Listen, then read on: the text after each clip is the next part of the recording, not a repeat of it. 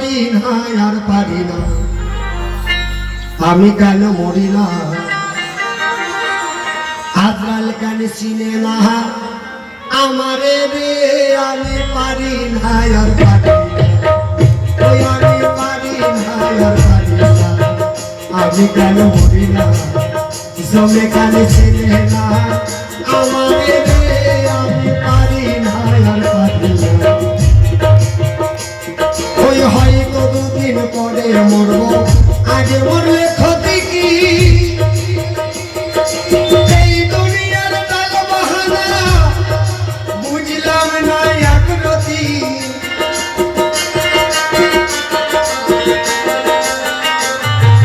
হয়তো দুদিন পরে মরতাম, আগে মরলে ক্ষতি কি, এই দুনিয়ার টাল বাহানা বুঝলাম না একরতি, ঘরের রমণী যেন কাল নাগিনী,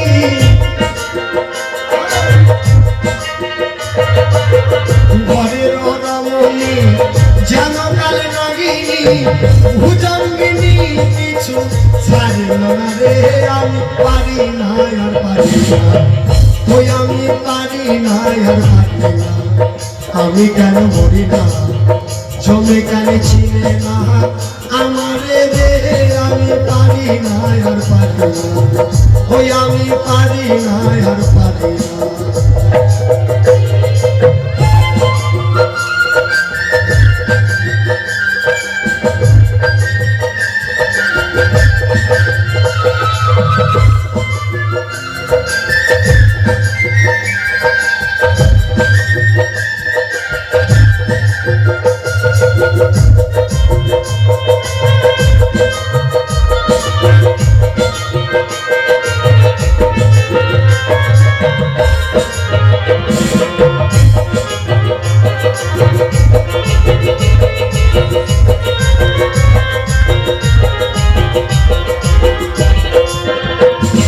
শিশুকালটাই ছিল ভালো, থাকতাম মায়ের কোলে, না ছিল সংসারের জ্বালা, সবই থাকতাম ভুলে,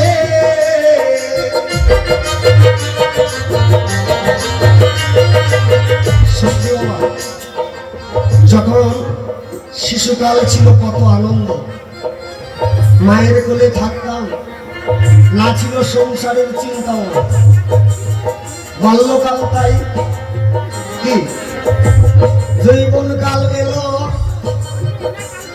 হ্যাঁ ঘরে বিয়ে করে নিলাম গো, হ্যাঁ সত্যি এই আমার ছোট ভাইটা বুঝতে পেরেছ, তাই তোমাকে বলি বিয়ে করেছো, করো নাই, আর বিয়ে করো না, বিয়ে করার দরকার না, হ্যাঁ সত্যি বিয়ে করার দরকার না। যখন আমি বিয়ে করি নাই বাবা, ঘুরে বলি আপনাদের ঠাই কোথায় বাউল গান, কোথায় নাম গান, কোথায় যাত্রা, যেখানে রাত সেখানে গান। আমার এক ছোট্ট সোনা বাবু 20 টাকা করেছে দান, ঈশ্বর যেন তার মনোবাসনা পূর্ণ করে। তাই যখন বিয়ে শাদী করি নাই, তাই যেখানে রাত সেখানে কাজ, কোনো চিন্তা ভাবনা ছিল না বাবা। আর বিয়ে করার পরে অফিসের বসের কাছে যত কৈফিয়ত না দিতে হয়, ঘরের বউর কাছে দিতে হয়। হ্যাঁ একটু যদি বাড়ি ফিরতে সন্ধ্যা হয়ে যায়, মানে একটু রাত হয়, প্রথমে এসে বলবে কি ব্যাপারে এত রাত হলো কেন, এদিকে এসো, পকেটের দিকে তাকাবে, যদি পকেট ভরা থাকে তাহলে একটু বাঁচলাম, আর যদি ফাঁকা থাকে কোনো পকেট ফাঁকা কেন, এই কেন কেন কেন। তাই যারা বিয়ে করো নাই তাদের বিয়ে করার দরকার নাই, আর যারা করছাও মরছাও আরো 2-4টা কর, ওরা তো মরেই গেছে, আরো 2-4টা কর। তাই মহাজন বলেছে শিশুকালটা ছিল ভালো, থাকতাম মায়ের কোলে, না ছিল সংসারের জ্বালা, সবই থাকতাম ভুলে। এখন দিল জৈবনে বাতাস লাগে ফাগুনে ওই এখন দেখা দিল জৈবনে বাতাস লাগে ফাগুনে পুরীতে মাগুনে কেউ দেখলো না রে আমি পারি না আর পারি না ওই আমি পারি না আর পারি না আমি কেন মরি না জমে কেন ছেলে না আমারে রে আমি পারি না আর পারি না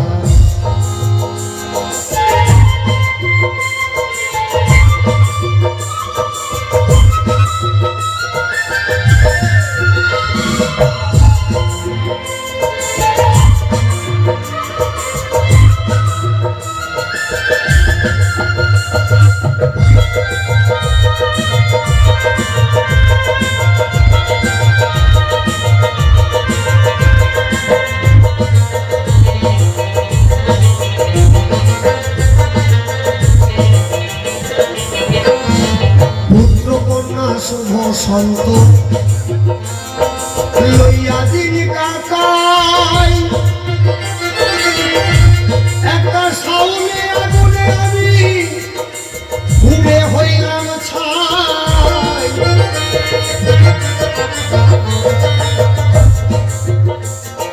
পুত্র কন্যা শুভ সন্ত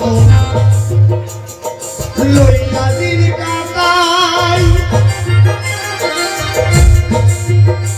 একটা সাউনে আগুনে আমি পুড়ে হইলাম ছাই এরা শোনে না কথা দেয় পানে ব্যথা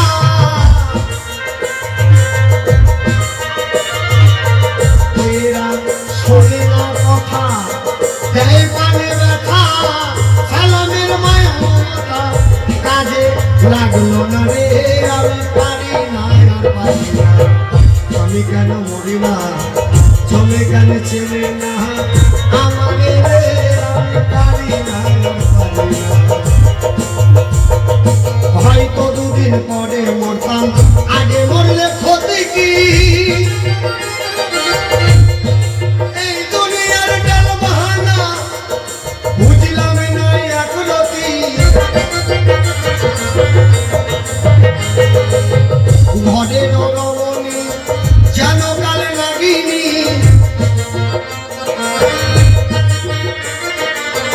ঘরের রমণী যেন কালে নাগিনী ভুজঙ্গিনী কিছু ছাড়িল না রে আমি পারি না আর পারি না ওই আমি পারি না আর পারি না আমি পারি না আর পারি না আমি পারি না আর পারি না আমি পারি না আর পারি না আমি পারি না আর পারি না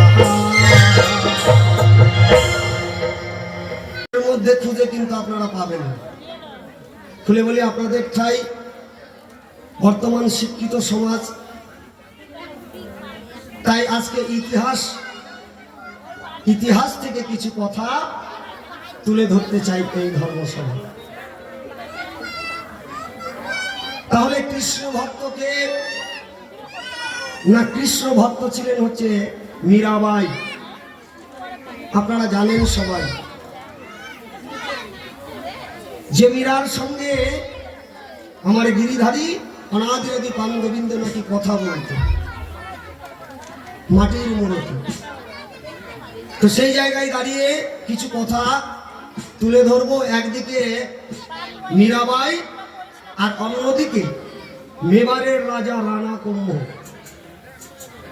হরিবল হরিবল আমি বাবাদের কাছে বলতে চাই মায়েদের কাছে বলতে চাই আপনারা শুনবেন এই তত্ত্ব কথা শুনবেন বাবারা শুনবেন তো হ্যাঁ একটু কথা বলে কথা বলতে পয়সা লাগবে না বাবা না কি লাগবে না একটু ভালো লাগবে আপনারা কথা বললে একটু ভালো লাগবে না এই যে আমি ষাঁড়ের মতো চিৎকার করছি তো আপনাদের কর্ণে কতটুকু পৌঁছাচ্ছে তো আপনারা যদি কিছু না বলেন তাহলে আমরা কি করে বুঝবো তাই না যেমন মায়েরা রান্না বাড়ি করে বাবাকে খেতে দেয় বাবার এক পাশে বসে থাকে বাবার মুখে শুনবে কি শুনবে না এই যে আমি আজকে রান্না করেছি রান্নাটা কেমন হয়েছে তাই না একসঙ্গে বসুক, যে রান্না করে তার কিন্তু ইচ্ছে থাকে যে আমি শুনবো আমি কেমন রান্না করেছি, আমি যে রান্না করেছি যারা সেবা নিচ্ছে তাদের সেবা হচ্ছে কিনা, সেবার যোগ্য হয়েছে কিনা,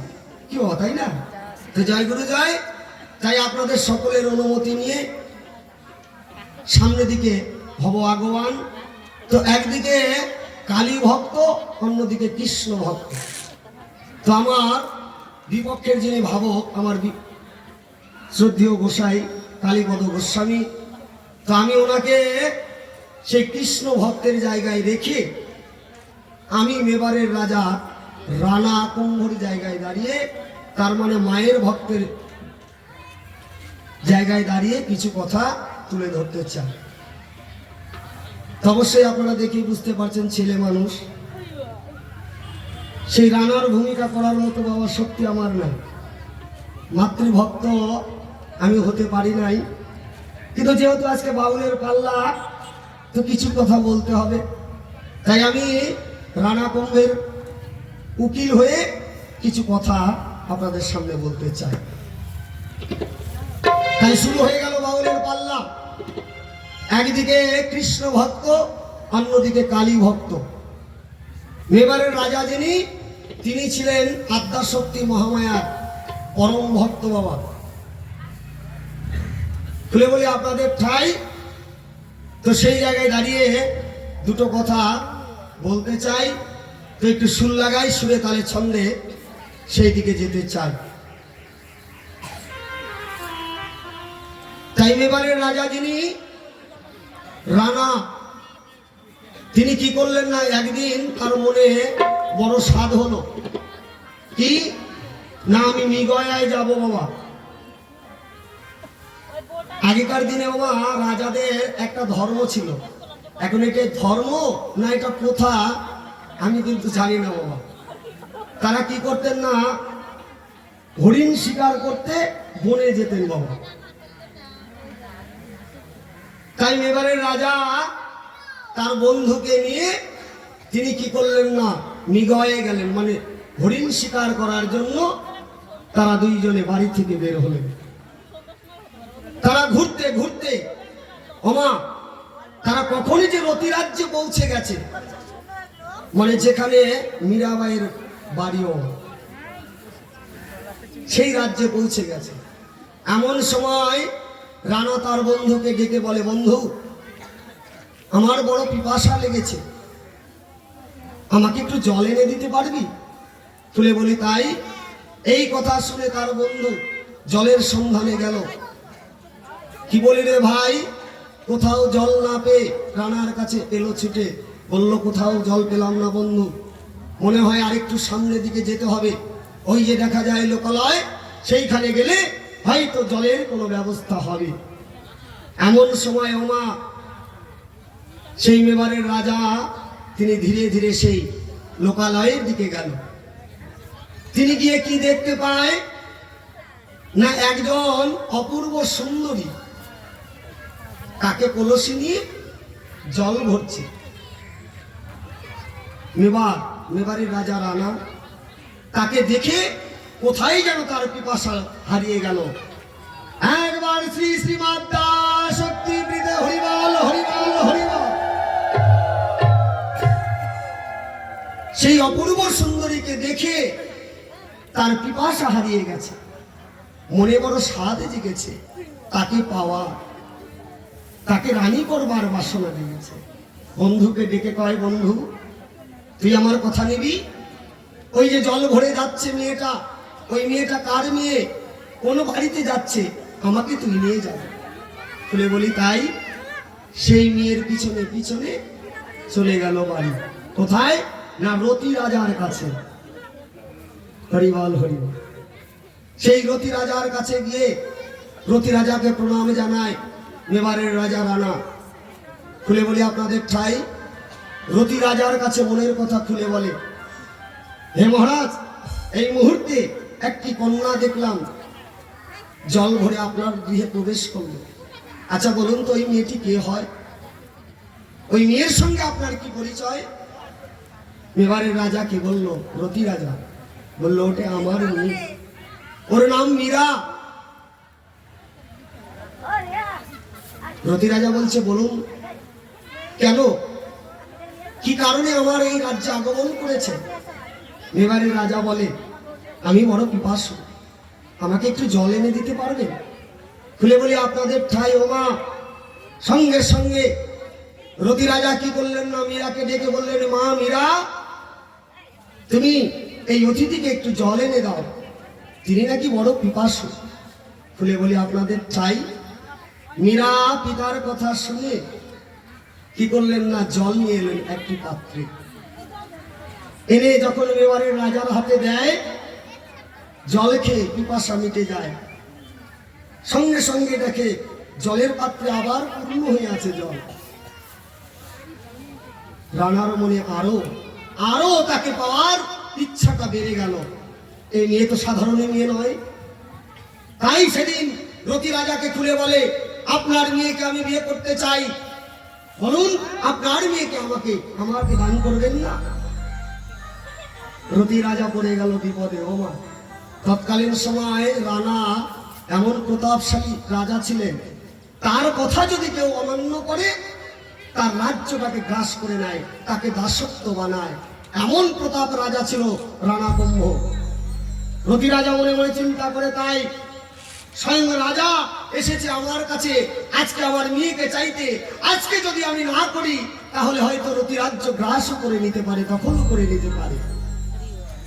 রতি রাজা মনে মনে চিন্তা করলো, তাই বলল, মহারাজ ক্ষণকাল অপেক্ষা করুন, আমি আমার মেয়ের কাছে থেকে অনুমতি নিয়ে আসি।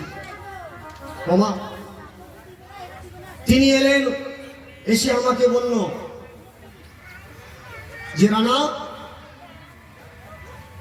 আমার মেয়ে মীরা তোমাকে বিয়ে করবে ঠিক, কিন্তু তার একটা শর্ত আছে। সেই শর্ত যদি তুমি মানো তাহলে আমার মেয়ে মীরা তোমাকে বিয়ে করবে। আমি মীরাকে পাওয়ার জন্য সঙ্গে সঙ্গে রতি রাজাকে বললাম, আপনার মেয়েকে পাওয়ার জন্য যে কোনো শর্তে আমি রাজি আছি, বলুন আপনার মেয়ে আমার কাছে কি চায়? বলল, আপনার সঙ্গে একান্তে দেখা করতে চায় আমার মেয়ে। আমি বড় আনন্দ, আজকে আমার মনের মানুষকে পাবো, সেই আনন্দ নিয়ে মীরার কাছে গেলাম। মীরা আমাকে ডেকে কয়, ওগো রানা, তুমি আমাকে বিয়ে করবে ভালো কথা, কিন্তু জানো আমার না বন্ধু আছে, আমি তো আমার বন্ধুকে ছেড়ে থাকতে পারবো না। তুমি যদি আমাকে কথা দাও, আমাদের বিয়ের পরে যখন আমি যাব তোমার ঘরে, আমার বন্ধু যাবে আমার সাথে। যদি তুমি আমাকে কথা দাও তাহলে আমি তোমাকে বিয়ে করতে পারি। রানার মনটা ভেঙে গেল। আমি যাকে ভালোবাসি, যাকে মন প্রাণ দিয়েছি, সেই নারী একজনকে মন দিয়েছে। রানা জল ভরা আঁখিতে মীরাকে ডেকে বলে, মীরা, হয়তো এই জীবনে তোমার মন পেলাম না, আমি যে তোমাকে প্রথম দেখাতেই বড় ভালোবেসেছি মীরা, তাই তুমি আমার কথা নেবে? তুমি যাকে মন দিয়েছো সেই ভাগ্যবানটাকে আমাকে একটি বার এনে দেখাবে। একবার আত্মা শক্তি মহামায়া পিতে হরিবল হরিবল। মীরা রানাকে বলে, তুমি আমার বন্ধুকে দেখবে, চলো। ওমা, সেই দিন মীরা রানার হাত ধরে তার গিরিধারীর মন্দিরে নিয়ে যায়। বলে, রানা, তুমি আমার বন্ধুকে দেখবে না? চলো, ওই যে দেখো আমার বন্ধু, ওই যে মন্দিরে দাঁড়িয়ে আছে। রানা সেদিন গিরিধারীকে দেখে রানার মনে আবার আনন্দ ফিরে এলো। এটা তো মাটির মূর্তি, তাহলে তো আমি ভালোবেসে ভুল করি নাই। তাই রানা কি করলেন না, ভালোবেসে মীরাকে বিয়ে করে নিয়ে এলেন বাড়ি। আর এই জায়গায় থেকেই শুরু হবে আমার জিজ্ঞাসা। তো একটু সুর লাগাই, সুরে তালে ছন্দে আরো কিছু কথা বলতে চাই মীরার ভালো। কেমন?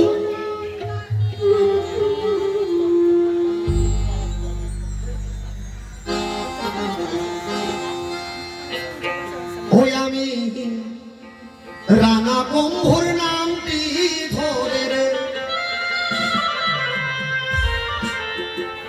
আজ দাঁড়ালাম সভায় ওই আমার বিপক্ষেতে নীরাবাই আমি দিলাম পরিচয় রে রানা কুম্ভ নামটি ধরে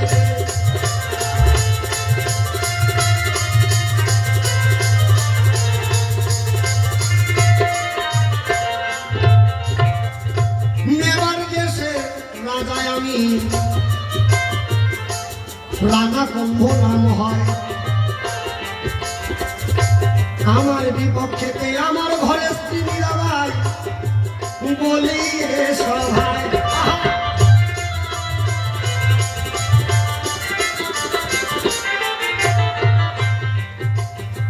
তাই আমি বিয়ে করে যেদিন আমি আমার বউকে নিয়ে এলাম মীরাকে আমার মা বরণ ডালা নিয়ে এলো মীরাকে বরণ করলো গৃহে প্রবেশ করার আগে আমার মা ডেকে বলে আমার ঠাই আর মীরার ঠাই মীরা তুমি আমার কথা নাও আমাদের 14 পুরুষের আরাধ্যা দেবী অষ্টিক পাথরের মূর্তি আদ্যা শক্তি মহামায়া তোমরা নতুন জীবন শুরু করার আগে মায়ের কাছ থেকে আশীর্বাদ নাও যাও মাকে প্রণাম করো ওই যে মায়ের আদেশে তখন দেখো ওই মীরাকে নিয়ে আমি মন্দিরেতে যাই মীরা দেখো মাকে প্রণাম করে না সভাতে জানায়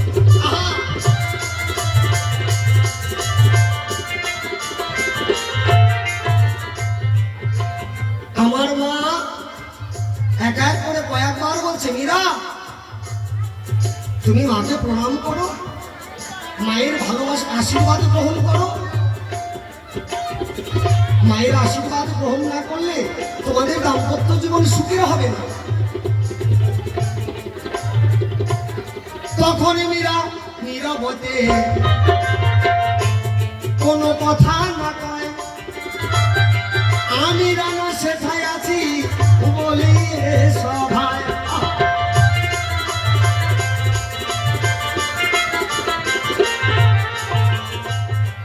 তাই আমি মনে মনে ভাবছি তাই আমি ভালোবেসে বিয়ে তো করবো আমার স্ত্রী মনে হয় কানে শোনে না আমি একটু জোরে বললাম ও মীরা আমার মা যে তোমাকে বলছে মাকে প্রণাম করতে তুমি শুনতে পাচ্ছ না মীরা আমার সঙ্গে কথা না বলে তিনি কি করলেন না আমার আদ্যা শক্তি মহামায়াকে প্রণাম করলেন সঙ্গে সঙ্গে মায়ের মূরতি মুখ ঘুরায় আনে পরিষ্কার শাস্ত্রের পাতায় লেখা আছে বলি সভায়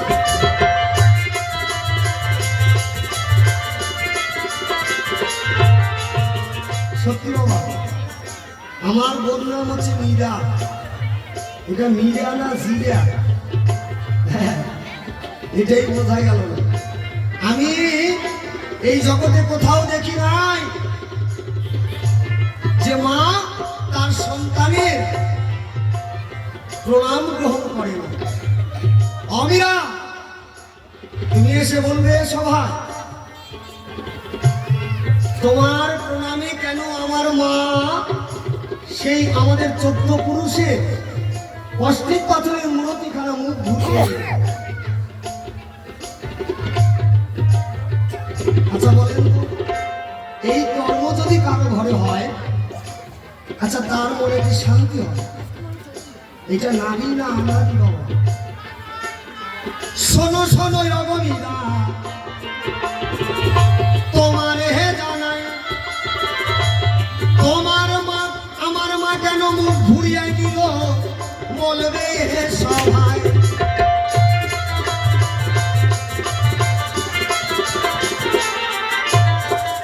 কেন তোমার প্রণাম আমার মা গ্রহণ করলো না তোমার কাছে আমার জিজ্ঞাসা অমা সেই মায়ের মন্দিরে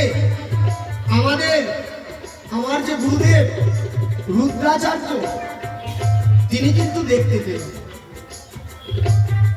আমার গুরুদেব মনে মনে ভাবে তাই বাচ্চা একটা মেয়ে নতুন বিয়ে করে এসেছে, হয়তো কোনো অশুভ ছায়া পড়েছে ইন্দিরার গা, তাই যদি না হবে হয়তো এই দেহটা অপবিত্র হয়ে গেছে, একটা কিছু হবে। তাই আমার গুরুদেব রুদ্রাচার্য তখন কি কর্ম করিল, মায়ের পূজার ফুল বেল পাতা মীরার কাছে দিল।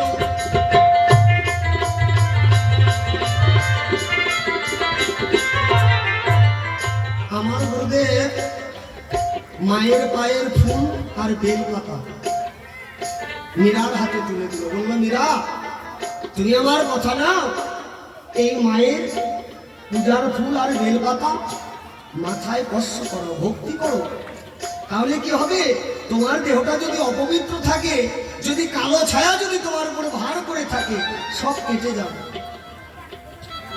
সেই দিন দেখো মীরা কি কর্ম করিল, মাথায় নামিয়ে দেখো দূরে ফেলে দিল।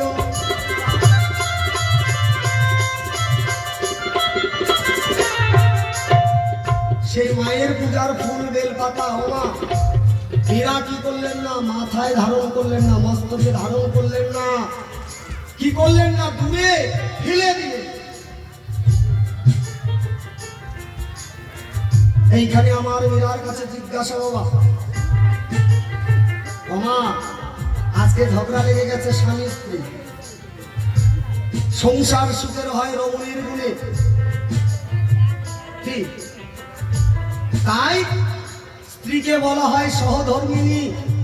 কেন না স্বামীর যে ধর্ম সেই ধর্মকে রক্ষা করা, কি বাবা, যে স্বামীর ধর্মকে রক্ষা করে তাকে বলা হয় সহধর্মিণী। তাহলে তুমি আমার সহধর্মিণী, কি বাবা, তোমাকে আমি বিয়ে করে নিয়ে এসেছি। তাই অমিরা আমি তোমার কাছে জানতে চাই, এই মায়ের পূজার ফুল বেল পাতা তোমার কাছে কি অপরাধ করেছে, তুমি মাথায় ধারণ না করে ফেলে দিলে দূরে।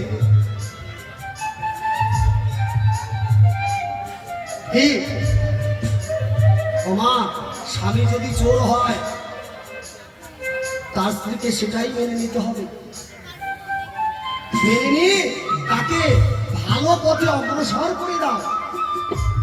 আমার স্বামী খারাপ পথে আচরণ করছে, তাই তাকে ছেড়ে দেওয়া যাবে না, তাকে ভুল বোঝা যাবে না, সেই পথে থেকে তাকে সুপথে নেওয়ার চেষ্টা করতে হবে, তখনই তো হবে সহধর্মিণী। ও শোনো শোনোই হব মীরা তোমারে জানাই, মায়ের পূজার ফুল বেল পাতা কি অপরাধ করেছে আমি জানতে চাই।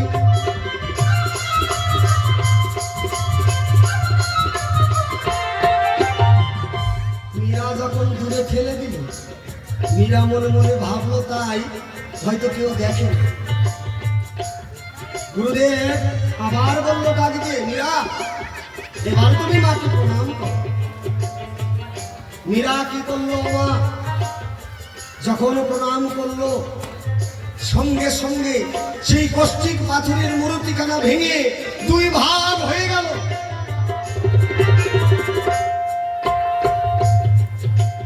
আচ্ছা বলেন তো এই বুক একটু সংগ্রহ করা যায় না, করা যায়? আমার নাম রানা, আমার টাইটেল হচ্ছে কম্ভু। আচ্ছা বলেন তো মায়েদের কোনো জাতি থাকে?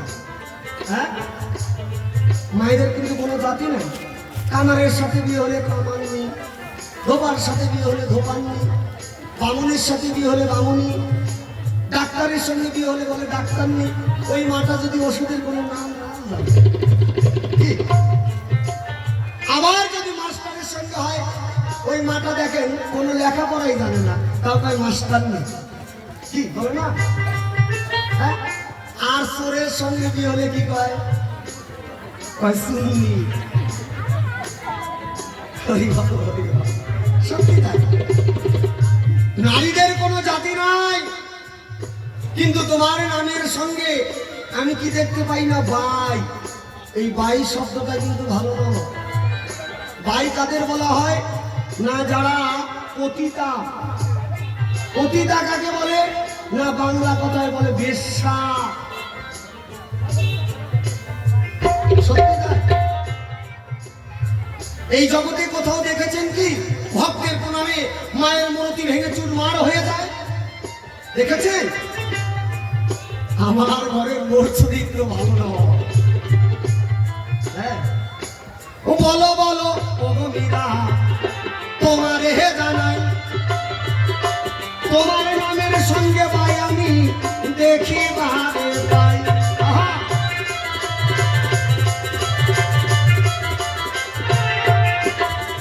এই যে ভাই, এই ভাই কিন্তু এক রকমের না বাবা, ভাইও বিভিন্ন রকমের আছে।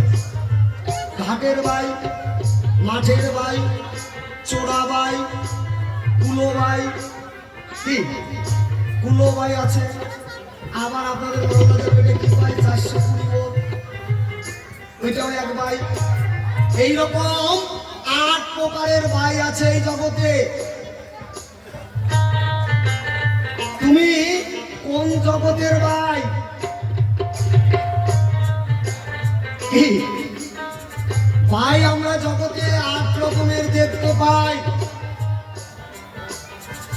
মাঠের ভাই, ঘাটের ভাই, পথের ভাই, কুলো ভাই, চোরা ভাই, ওইটা 420 মোড় ওইখানে এক ভাই। এইভাবে 8 রকমের ভাই আছে এই জগতে। তোমরা তুমি বলবে এই সভা মাঝে তুমি কোন দেশের ভাই, তুমি কেমন ভাই? এই তো কয়টা কথা তোমার কাছে জিজ্ঞাসা রইয়া গেল, সুন্দর করে আসরে তুমি উত্তর দেবে ভাবো।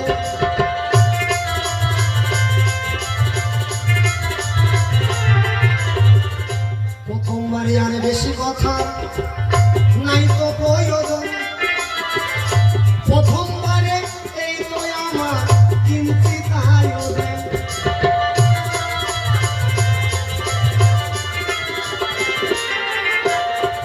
তাহলে আমার জিজ্ঞাসা থাকলো মীরার কাছে, তোমার প্রণামে কেন আমার মায়ের মুখ ঘুরে গেল? তোমার প্রণামে কেন মায়ের মূর্তি ভেঙে গেল? তুমি কোন জায়গার ভাই? আর আমার মায়ের পায়ের পূজার ফুল বেলপাতার কি অপরাধ? এই কয়টা কথা রয়ে গেল।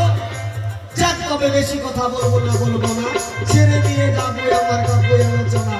এরপরে মীরাবাই সভাতে দাঁড়াবে, কাহার ভাবের কথাগুলো খুলিয়া বলিবে। পিতা মাতার চরণেতে প্রণাম জানাই, যাদের জন্য আমার এই মানবদেহ পাই। আসলে আছেন যত আমার বৈষ্ণব গোসাই, সকলের চরণে আমি প্রণাম জানাই। আসলে আছেন যত আমার মাতৃ জাতি, সকলের চরণে আমি জানাই প্রণতি।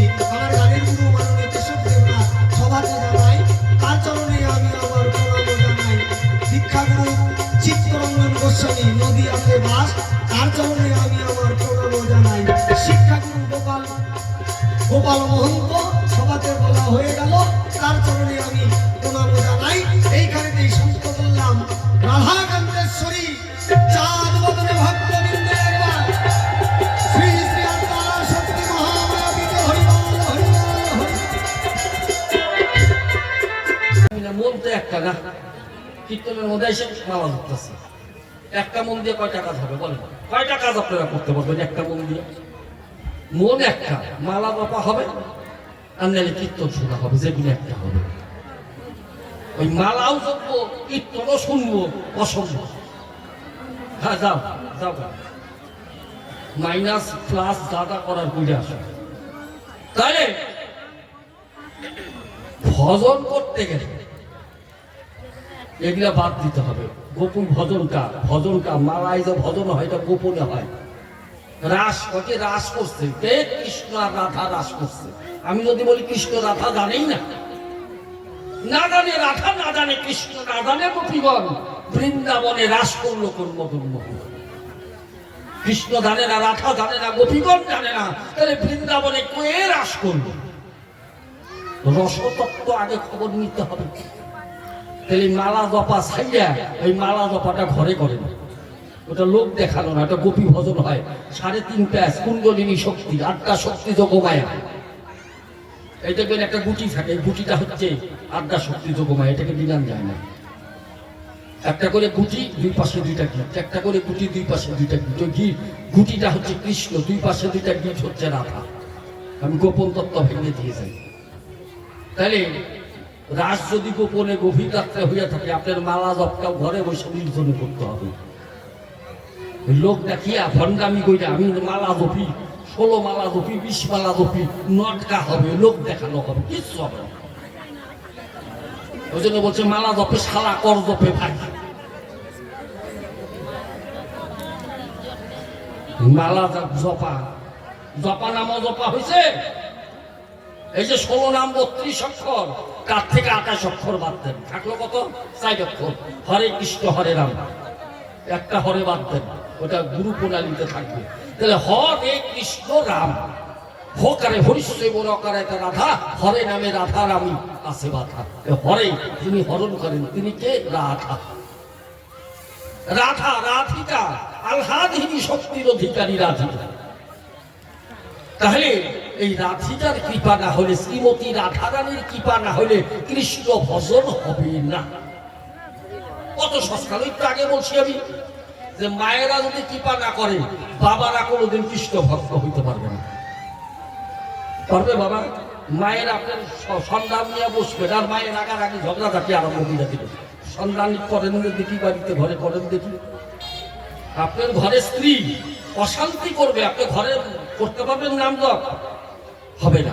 স্ত্রী যদি সহায় না থাকে কোনোদিন কৃষ্ণ নাম হয় না। রাধারানীর বংশ হচ্ছে এরা, আগে এদের চরণ ধরতে হবে। কেন? মনে রেখেন, যেদিন আপনি সেদিন মানুষ, খুব গভীর একটা তত্ত্ব বলি, আপনি সেদিন মানুষ যেদিন আপনি নিজের চরণে নিজে ফুল দিয়ে নিজেকে পূজা করতে পারবেন। পারবেন? আপনার ফুল দিব, নিজের চরণে দিয়ে আপনি পূজা করতে হবে। যদি বলেন কি এটা কেমন কথা বলেন, কেন পারবেন না? আপনার ভেতরে ভগবান নাই? আপনার ভেতরেও তো সূক্ষ্ম আত্মার রূপে ভগবান আছে, তার পূজা করেন। আর এই নারী খালি ভোগের বস্তু দেখলে হবে না। তাই রামকৃষ্ণ পরমহংসদেব ফুল, চন্দন, বেলপাতা নিয়ে ওই সারদা মুনির চরণে দিয়ে বলছিল, সর্বমঙ্গলে মঙ্গলে শিবে সর্বার্থ সাধিকে শরণ্যে ত্র্যম্বকে গৌরী নারায়ণী নমস্তুতে। মাতৃরূপে নিজের স্ত্রীকে পূজা করেছিল রামকৃষ্ণ পরমহংসদেব। তাহলে কেন? যে আমার কামটাকে জব্দ করতে হবে। যতক্ষণ দেহে কাম আছে ততক্ষণ প্রেম হবে না। কাম থাকলে প্রেম হয় না। তাহলে বাবা কাম যদি মেরে ফেলি তাহলে শরীরটা নষ্ট হয়ে যাবে। তাহলে কামকে কি করতে হবে? বহির্মুখী আছে, এটাকে অন্তর্মুখী করতে হবে।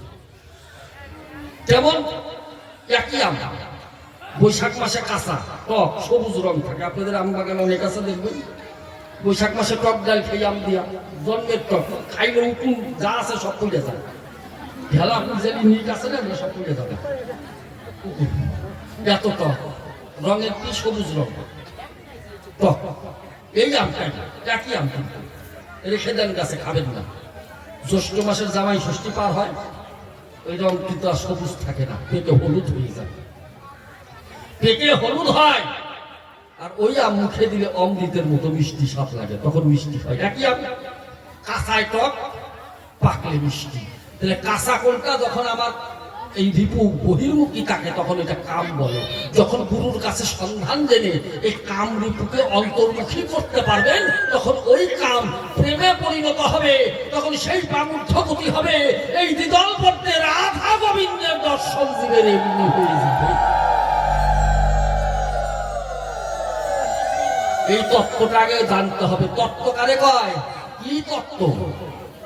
নামে তত্ত্ব, নামে তত্ত্ব, হরির নাম ওই তত্ত্ব। তত্ত্ব আগে জানতে হবে, তত্ত্ব না বুঝে আপনারা হিসাব করে চলেন, যান মাইন্ড থেকে বাই যাবেন। গরু যদি আপনার সামনে হাসি দেয়, মনে রাখবেন 6 মাসের বেশি বাঁচবেন না। যদি কোনো গরু আপনার সামনে হাসি দেয়, গ্যারান্টি আপনি লিখে রাখতে পারেন 6 মাস আপনার আইন, 6 মাসের মধ্যে আপনার মৃত্যু হবে। আয়নায় মুখ দেখেন, ভালো করে দেখেন, আপনার মুখটা যদি বিকৃত দেখা যায়, আপনার মুখটা যদি বিকৃত দেখা যায় 3 মাসের বেশি আপনি বাঁচবেন না।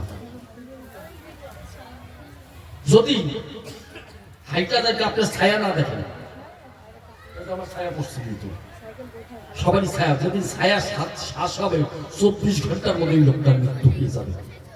ঠিক আছে, গুরুর কাছে যে ভজনের ঘরে যে জানতে হবে তো, না যাই না ওইখানে মালা টপকাইলে আর তিলককে কইরা আমার মতো মোটা মালা গলায় মধ্যে পিত্তার বেল পুড়ে কি বাইরে সাজাইতে হবে না, ভিতরটা সাদাও। মনের মতো শয়তানি বুদ্ধি, আর বাইরে আমি করি গুছাই দিই, তো গুছাই কোনো কাম হবে না। ওই গুছাইতেও যাবে, শিষ্যও যাবে, গুছাইতোটা কষাই। তাহলে মনে রাখেন যে এই যে তত্ত্ব, প্রত্যেকটা পদক্ষেপে তত্ত্ব আছে, প্রত্যেকটা পদক্ষেপেই বসুমতী। এই যে ধরত্রী বসুমতী, আমি হেঁটে যাচ্ছি, কয় পা হেঁটে যেতে পারবো? ভজনটা কয় পাই? ভজন করবেন কয় পায়ে? ভজন ভোগ দিতে যান, কতক্ষণ ভোগের ঘরে থাকবেন? কতক্ষণ থাকবেন? যদি কয় 15 মিনিট, 20 মিনিট, 50 মিনিট। আজ থেকে 5000 বছর আগে ঘড়ির আবিষ্কার হয়েছে কি বলেন? তখন তো লোক ভোগ দিতে করবে, তখন তো ঘড়ি আবিষ্কার হয় না। হাম্মকি কাম করলে হবে না, শাস্ত্রে লেখা আছে গোদহন কাল পর্যন্ত ভোগের ঘরে থাকতে হবে। গোদহন মানে গরু দুয়াইতে যতক্ষণ টাইম থাকে ততক্ষণ চলে আপনি ভোগের ঘরে থাকবে। এর বেশি ভোগের ঘরে থাকা যাবে সারাদিন বুঝা ভোগের ঘরে থাকবে, একটা ভোগ রাখ দিয়ে গোড়াগুড়ি পাইলে ভোগ হবে না। বেলা 4টার সময় ভোগ দিলাম মহাপ্রভু, তারপরে একটা কীর্তন করতে 3 ঘন্টা যায়, মানুষের সকাল থেকে নাকিয়া থাকে আর কি যা গ্যাসের ডুবি হয়ে যায়। তখন আর প্রসাদ খাইতেও পারে না, ওই খাইলেই গোলা মুখ জ্বলে বমি টমি করে অস্থির হয়ে যায়। না বাবা, ভোগ রাগ, এখানে রাগ সম্পর্ক অনুরাগের সম্পর্ক করতে হবে। রাগ অনুরাগ ভাব, মহাভাব, অধীর মহাভাব, মাদকাক্ষ মহাভাব।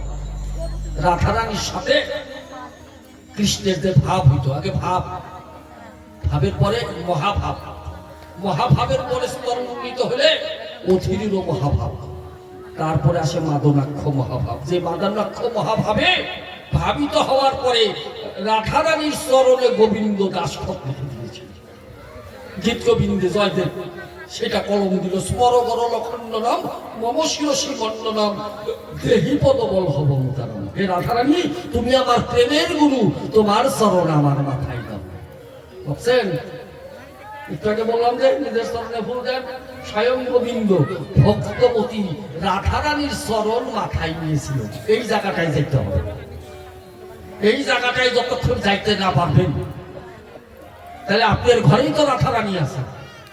সেই ভাব নিয়ে, সেই শুদ্ধতা নিয়ে, সেই পবিত্রতা নিয়ে ওই বাইরে মা কালীর পূজা করতে হবে না, ঘরের মা কালীর পূজা করে।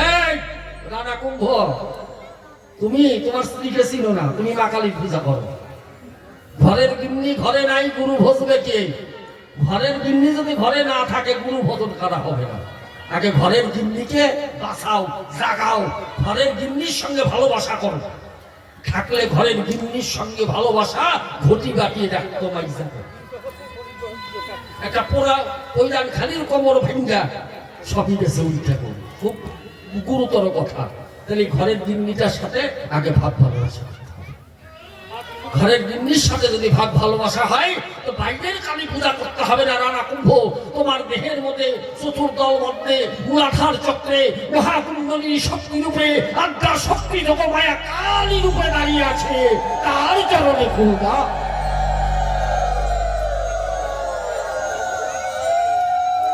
ওই কালী পূজা, বাইরের কালী পূজা করে 2-4 টাকা লাভ হবে, দেহের কালী কে জাগাবে? দেহের কালী যদি জাগ্রত হয় তাহলে তোমার কৃষ্ণ ভক্তি এমনি হবে, আর দেহের কালী না হলে কোনো দিন ভজন হবে না। হ্যাঁ, কৃষ্ণ ভজন করতে গেলে কালীর কৃপা অবশ্য পাইতে হবে। ও বলল যে ওর মা কালী, আমি পূজা দিতে গেছি, ওর মা কালী আমাকে দিকে মুখ ঘুরেছে, ঘুরাবে তো। কৃষ্ণ ভক্তের কৃপা প্রণাম মা কালী সহ্য করতে পারে না। আর প্রণাম করার পরে মা কালী দুই শ্রী চৌচির হয়ে গেছে কেন, স্বয়ং মীরাবাই যখন ওই মা কালীকে প্রণাম করে, কৃষ্ণ ভক্তির উত্তাপে ওই চিন্ময় মূর্তি মিন্ময় মূর্তি হয়ে ফেটে যায়।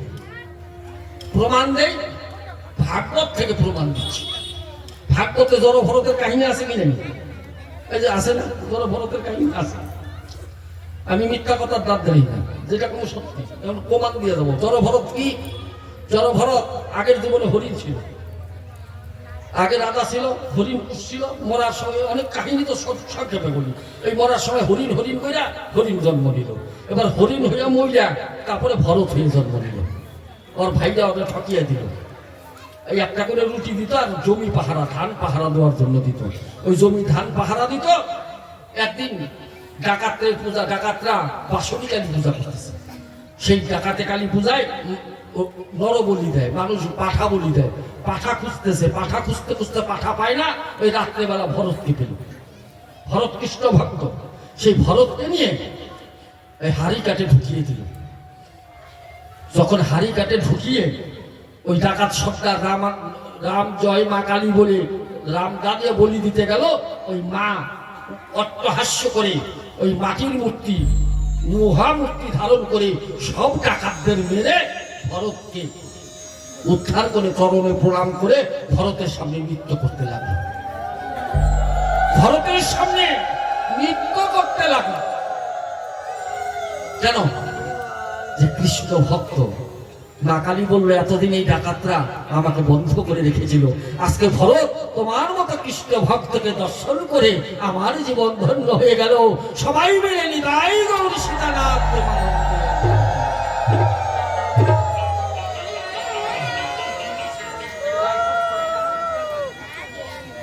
তাহলে বাবা, এই যে সেই রকম মা কালী ফেটে গেল।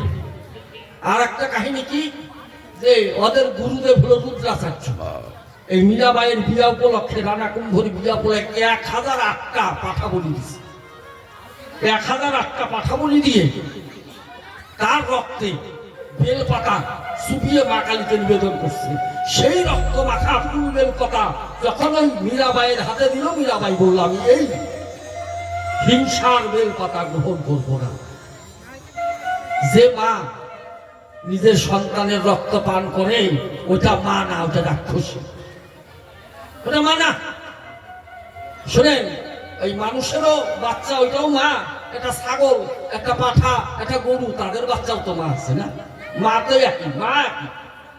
তাহলে মা কালী কি করে একটা পশুটা, ওই পাঠাটাও তো মায়ের হয়েছে সন্তান, তার রক্ত কি করে মা গ্রহণ করে?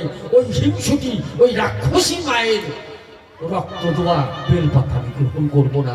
তাই মীরাবাই গ্রহণ করেনি। পাঠা বলি দিবা? এই রানা কুম্ভ, তুমি পাঠা বলি দিবা, তোমার দেহের পাঠা বলি দেবা। বাইরের পাঠা বলি দিতে বলে নাই। দেহে যে কামরূপী পাঠা আছে, সেই কামরূপী পাঠাকে জ্ঞান খর্গ দিয়ে মায়ের কাছে বলি দিতে বলছি। তোমরা পঞ্চম আকারে পূজা দাও। এই ঠাকুর মশাইরা, আমি এটা বলছি না, আমি শাস্ত্রের বিধান দিচ্ছি। বলছে মাছ মাংস মদ, মাছ মাংস মদ গাঁজা মুদ্রা দিয়ে পূজা দিতে। আপনার ঘরের বউ বা মা যদি মদ খায়, আপনার ভালো লাগবে? ভালো লাগবে দাদা?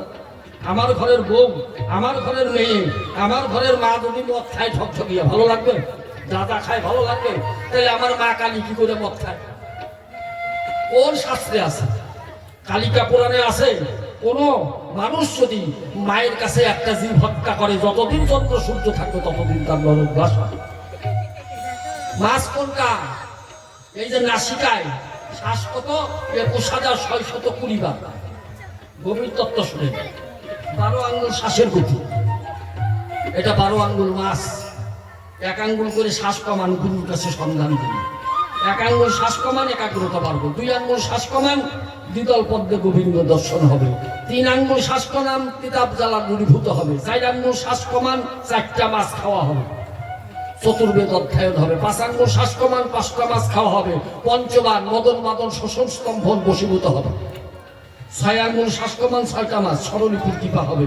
7 আঙ্গুল শ্বাস কমান, শপথ সপ্ত সাগর পার হবে। 8 আঙ্গুল মাছ খাওয়া হবে, 8টা মাছ খাওয়া হবে, অষ্টবসুর কৃপা হবে। 9 আঙ্গুলে 9টা মাছ খাওয়া, নববিধা ভক্তির উদয় হয়।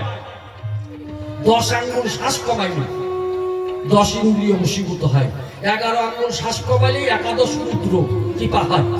আর 12 আঙ্গুল শ্বাস কমাইলে দেহে আর শ্বাস বয় না। ওই যে বাউল গানে বলে, যাদের গায়ে চাঁদ লেগেছে গানে, ঘর আছে তার দুয়ার নাই, লোক আছে তার বাক্য নাই, কে তারে আহার যোগায়, কে দেয় সন্ধ্যাবাতি। 12 আঙ্গুল শ্বাস কমাইলে সে মরার মতো পড়ে যায়। এই দেহটা একটা মাংসপিণ্ডের মতো পড়ে থাকে। তখন এই দেহটার কোথায় দুয়ার? এই দেহটা তো আছে, উঠান আছে, দুয়ার নাই। ঘর আছে, দুয়ার নাই। যখন মহাভাব হয় তখন মরার মতো পড়ে থাকে, লোক আছে কিন্তু মুখে বাক্য নাই। তাহলে এই দেহের মধ্যে কে সন্ধ্যাবাতি দেয়? কে দেয়? তাহলে বাবা এই 12 আঙ্গুল শ্বাস কম ছিল মহাপ্রভু, একটা মাংসপিণ্ডের মতো জলের মধ্যে পড়েছিল, সাগরের জলে। নিত্যানন্দ ওই জেলেকে দিয়ে উঠিয়ে তার চতুর্পাশে কৃষ্ণ নাম করে, তখন মহাপ্রভুর দেহটা আবার প্রকটিত হয়। সেই মহাভাব যেদিন আমার দেহে হবে, সেদিন অপ্রাকৃত রাধা কৃষ্ণ প্রেম আমার দেহে জাগরিত হবে। এটা হলো বড় কথা। এটা মাছ খাওয়া, মাংস খাওয়া, নিজের জবানটাকে সত্যি রাখার নাম হলো মাংস খাওয়া। গাঁজা খাওয়া, সিদ্ধি খাওয়া। সিদ্ধির দেশে যান, স্থূল প্রবর্ত সাধক সিদ্ধি, 4টা দেশ আছে, স্থূল প্রবর্ত সাধক সিদ্ধি। এই সিদ্ধির দেশে যখন যাবেন তখন গাঁজা খাওয়া হবে। আর আবল তাবল কইয়া ওই রাস্তাঘাটের মাছ মাংস খাইতে বলছে নাকি? হ্যাঁ, এগুলা খাইতে বলে নাই।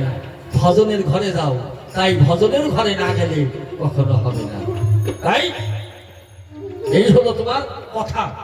এই কারণে আর একটা কথা বলছি, আমি ভাই, হ্যাঁ আমি ভাই, আমি বেশ্যা, ঠিকই তো বলছি। আমি ভাই, আমি কৃষ্ণ বাজারের ভাই, আমি কৃষ্ণ বাজারের ভাই। যাই হোক, এই পর্যন্ত আর উত্তর। এইবার একটা গান গায় কালীপদ গোস্বামী, তারপরে আসর।